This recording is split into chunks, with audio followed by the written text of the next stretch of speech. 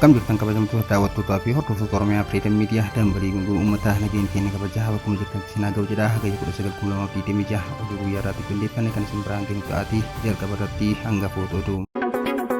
Abdiin lammiilee Itoophiyaa USA jiraatanii kumaatamaan lakkaa'amanii cufamee. Bulchaan Teeksaas buufata xiyyaaraa keessatti iddoo oduu itti taasisan dhaabuuf doorsisa ta'e garee mirga musliimotaa guddaa Yuunaayitid Isteetiin balaaleffatame. Faransaay guyyoota dhufanitti dippiloomaatota Iraan lama akka ariitu beeksifte. Iraan abjuu Tiraamp waa'ee hulaa Hormuz qaban yeroo dhiyootti sirreessina jette.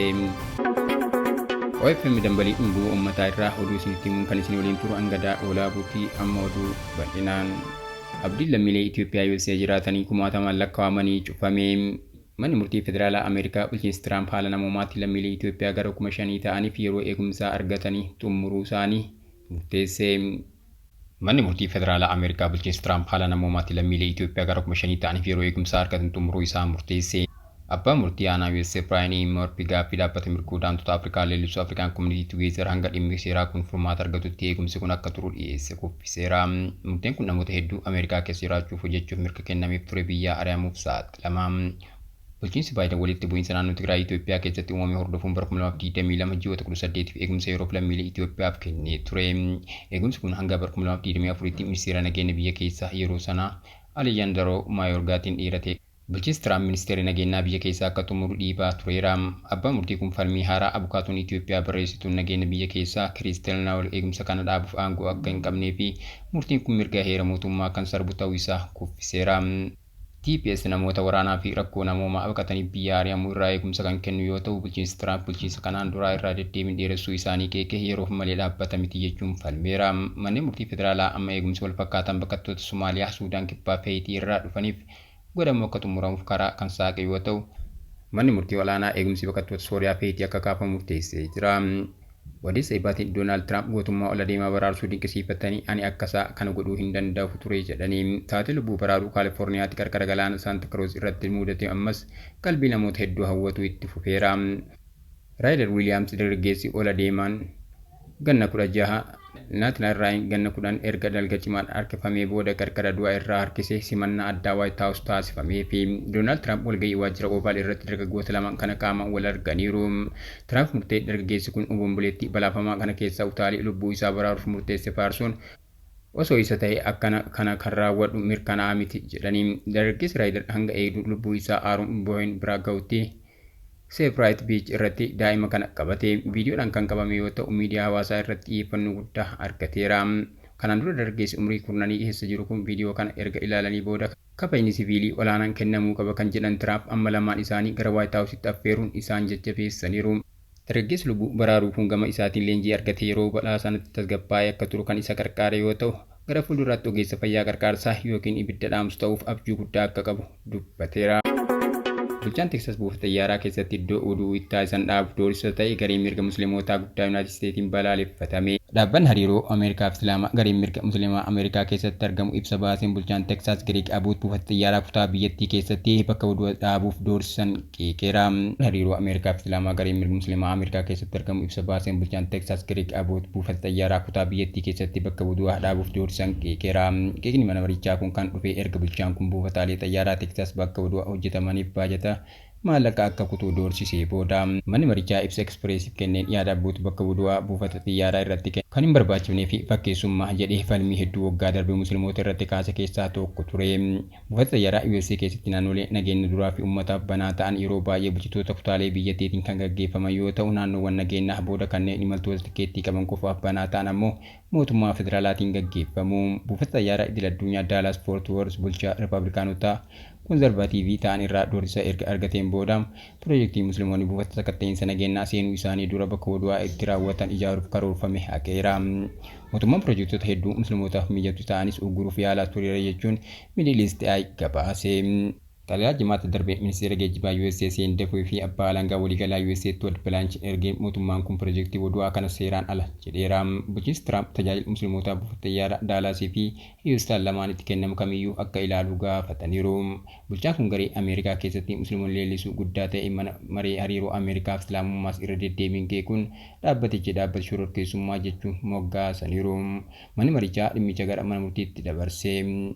Ibsa tibbana baaseen abboota rakkina dhugaa hooggansa isaa jalatti Teeksaas mudatu wiirtuuwwan daataa jeequmsaa uumuu irraa kaasee hanga dhukaasa manneen barnootaa walqixxummaa dinagdee irraa kaasee hanga bilisummaa amantii manca'uutti xiyyeeffachuu qaba ture jedheera.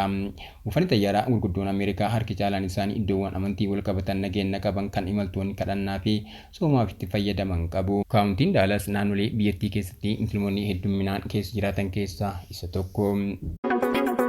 Faransaay guyyoota dhufanitti dippiloomaatota Iraan lama akka ariitu beeksifte.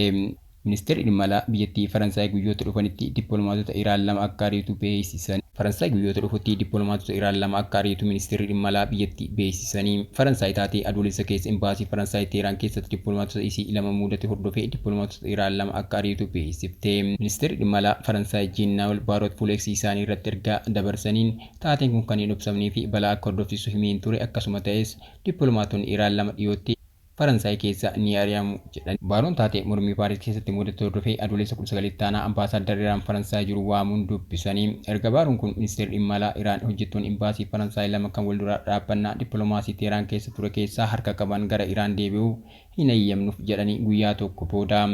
Dubbimaan ministeera dhimma alaa Iraan Ismaa'il Baagaay hojjettoonni imbaasii Faransaay lama seeraa fi mirga addaa ergama dippiloomaasii kan eeguu waliigaltee Veenaa sarbuun sochii hawaasa siviilii Iraan deeggaruu keessatti hirmaatan jedhe.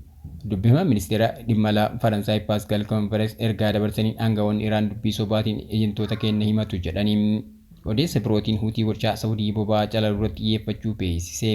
Garee loltoota Huutii Yaman kibxata kaleessaa dhaabbata boba'aa Aramkoo kan Jiizaan keessatti argamu irratti haleellaa diroonii hedduu raawwachuu isaanii himaniiru. Hanga ammaatti Saawud Arabiyaan haleellaa kana hin mirkaneessine. Gama biraatiin Yaman keessatti daa'imni tokko haleellaa dirooniin madaa'uu isii AFP'n gabaaseera. Haleellaan kun naannoo Almashaa kibba Aludeedaa keessatti raawwatame jedhame. Gabaasni kun haleellaa kana garee Huutii raawwachuu ibsa. Guyyaa tokko dura Huutiin buufata waraanaa Saawud Arabiyaa qarqara galaana Almukaa irratti haleellaa raawwachuu isaanii beeksisanii turani. Miidiyaaleen Huutii deeggaran akka jedhanitti haleellaan isaanii kun karaalee dhiyeessii Saawud Arabiyaa gufachiisuu fi sochii humnoota Saawud Arabiyaan deeggaraman danquudha. Haleellaan biroo kaleessaa doonii fe'umsaa tokko Almukaa irraa gara kibba bahaatti wayita imalaa turte meeshaa waraanaa hin beekamne rukutamuu ejensiin hojii daldala galaana Biriteen beeksise. Dooniin kun guutummaatti barbadaa'e. Gareen kun haleellaa kana eenyu akka raawwate hin himne. Rakkoon kun erga Huutiin baatii adoolessaa darbe keessa Saawud Arabiyaa irratti uggura galaanaa kaa'uu isaanii beeksisanii booda hammaataa jira. Iraan abjuu Tiraamp waa'ee hulaa Hormuz qabu yeroo dhiyootti sirreessina jette. Doonaald Tiraamp hulaa Hormuz kutaa bulchiinsa haaraa Ameerikaati jechuu isaanii hordofee ministeerri dhimma alaa Iraan Kaazim Gaaribaabadii abjuudha jechuun Tiraamp qeeqanii. Doonaald Tiraamp hulaan Hormuz kutaa bulchiinsa haaraa Ameerikaati jechuu isaanii hordofee ministeerri dhimma alaa Iraan Kaazim Gaaribaabadii abjuudha jechuun Tiraamp qeeqanii. Doonaald Tiraamp akkuma galoo galaana Pershiyaa sirriitti barreessuu barate waa'ee hulaa Hormuz abjuu inni qabu yeroo dhiyootti ni sirreessina jechuun barreessanii. Tiraamp fakkii miidiyaa hawaasaa isaanii Truth Social jedhu irratti hulaa Hormuz irratti maranii kutaa bulchiinsa haaraa Ameerikaa jechuun barreessaniiru. Ministeerri itti aanaa dhimma alaa Iraan fakkii kana irra deebiin qoodeera. Gama kaaniin afyaa'iin paarlaamaa Mohammad Baagar Gaalibaaf gama isaatiin Ameerikaan waliigaltee Iraan waliin taasifte hojiirra oolchuu baannaan hulaan Hormuz akka hin banamne beeksisaniiru. Gama biraatiin USA'n haleellaa yoo raawwatte Iraanis deebii akka kennitu himteetti. Miseensi paarlaamaa Iraan Ameerikaan meeshaa niwukilaraa Iraan irratti yoo fayyadamte Iraanis deebii walgitu akka kennitu ibsanii. Miseensi Komishinii Nageenya Biyyaalessaa fi Imaammata Alaa Paarlaamaa Iraan Fadaa Hussein Maalekii Ameerikaan Iraan irratti meeshaa waraanaa niwukilaraa yoo fayyadamte Iraanis deebii walgitu akka kennitu akeekkachiisanii. Ameerikaan Iraan irratti haleellaa niwukilaraa raawwachuu akka dandeessu kan gaafataman qondaalli kun Tiraamp tarkaanfii of eeggannoo hin qabne fudhachuu hin danda'u jedhee afaan guutuu dubbachuuf na rakkisa garuu tarkaanfiin akkanaa waraana balaa guddaa qabu addunyaa irratti fiduu mala jedhanii. Tarkaanfiin balaafamaan akkanaa yoo fudhataman Rippaabilikiin Islaamaa Iraan deebii ni kenniti. Deebiin kennamus gosa meeshaa waraanaa Iraan irratti fayyadamameen kan wal madaalu ta'a jedhaniiru. Ameerikaan boombii niwukilaraa Iraan irratti yoo fayyadamte Iraan ni fayyadamti jedhamee kan gaafatame Maalekiin Ameerikaan waanuma fedhe yoo fayyadamte Iraan deebii gitu ni kenniti jedhaniiru. Qondaalli kun Iraan meeshaa niwukilaraa qabdi jedhanii afaan baasanii hin dubbanne. Yeroo Ameerikaan meeshaa waraanaa kamiyyuu fayyadamte Iraan deebii wal fakkaataa akka kennitu qofa dubbataniiru. Gama biraatiin pireezidaantiin Ameerikaa Doonaald Tiraamp mariin Iraan waliin gaggeeffamaa jiru mariin haaraan karoorfame akka hin jirre dubbatanii waliigalteen Ameerikaa fi Iraan jidduutti uumamuu dadhabuunis walitti bu'iinsa isaanii itti fufsiiseera. Maalikiin Ameerikaan dirqamtoota waliigaltee duraan fudhatte yoo hin kabajin Iraan gara mariitti hin deebitu. Hulaan Hormuzis banaa hin ta'u jechuun akeekkachiisaniiru. Kabajamtoota daawwattoota keenya tamsaasni keenya akka namoota hedduu bira ga'uuf peejii keenya follow share gochuun akkasumas YouTube chaanaalii keenya subscribe godhuu hin dagatinaa. oduun guyyaa kanaaf qabannee kanneen turani waan daawwattaniif galatoomaa.